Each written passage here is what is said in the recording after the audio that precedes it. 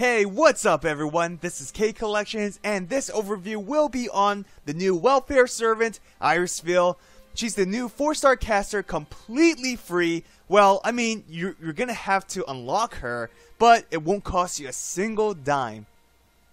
Let's get started. First off, stop looking at the picture. I know it can be a bit distracting, but let's focus here.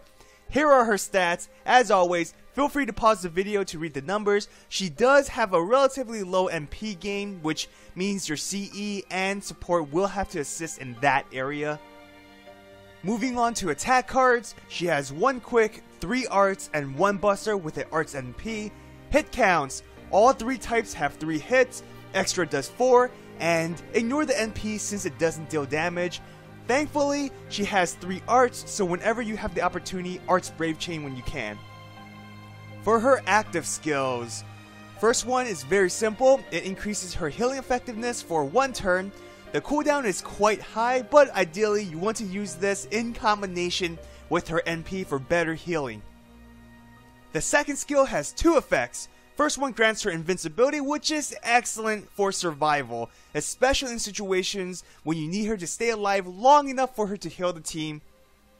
Now the second effect will give her increase in NP gain for 3 turns. As I mentioned, she will struggle with charging her NP, so having this skill will definitely help. I will say you shouldn't use this skill for that specific purpose. Save this skill for its invincibility. Use it only when necessary. Her final skill heals 1 ally anywhere from 2000 to 3000 HP. It's a very self-explanatory skill. I'd say this skill should be your second priority to max out, simply because it only heals 1 ally every 5 turns when max level. Now, I suggest concentrating on her first skill because you want to reduce the cooldown, and when used with her Noble Phantasm, you can heal most of your team's HP from the boost. Moving on to her passive skills, Territory Creation helps with arts performance. Since she has 3, this would definitely help her with NP generation. Core of the Goddess will give her damage plus and increase in debuff resistance. Not bad whatsoever, but consider it more of a bonus skill. For her Noble Phantasm, it's really good, and I mean really good. So, this NP heals your party, but the most unique thing about it is that this MP will give your party Guts status for 3 turns. That's honestly amazing, though since your party will recover their HP, there will be times where the Guts status will run out simply because none of your servants will die during that period, but this gives you a reassurance that the servants you use won't die immediately, especially Berserkers. So, my final thoughts on Irisviel. She's a good servant. She does well as a healer, having multiple skills that really solidifies that role. She has an invincibility skill to help her survive, especially against enemy NP attacks.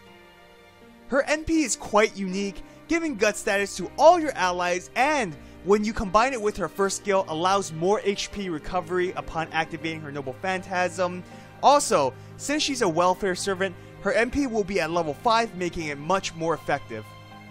Sadly, her NP gain isn't high, but she does have a skill to help a bit, and let's be honest, with the right team composition, CEs, and a bit of luck, you can potentially use her NP often, helping you refresh that team gut status.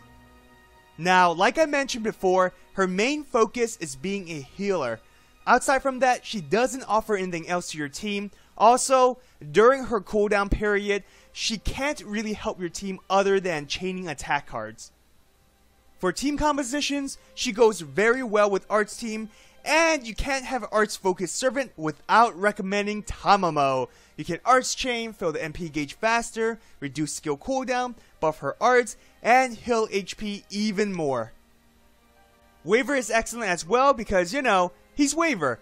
But I'd say have a servant that can help with MP gain. Mash can help a bit while providing protection. In the future, Shakespeare post-strengthening can charge MP gauge, so he's not a bad choice as a budget servant. Now I highly recommend a offensive servant in the team unless you want your battles to be very long and tedious. Berserkers are great, and because of her MP, you can fully leverage the gut status and not worry about them dying too fast. CE recommendations, I highly suggest Prisma Cosmos. This will give her a consistent way of gaining NP. Kaleidoscope if you think you will need to use her NP right away. If you have it, Halloween Devil for a combination of starting NP and generation. Keep in mind there are a lot of combinations, both CEs and teams. Have fun experimenting. Well, I hope you enjoyed this video. If you did, hit that thumbs up and subscribe for more FGO content. Follow me on Twitter for updates. But what are your thoughts on this servant? Comment down below, I'd love to know. And if you're planning to summon on the banner, best of luck. I will be streaming my pulls for Skandar. I honestly don't know when, but be on the lookout for that. Let's get ready for more grinding, everyone. Till next time, have an awesome day.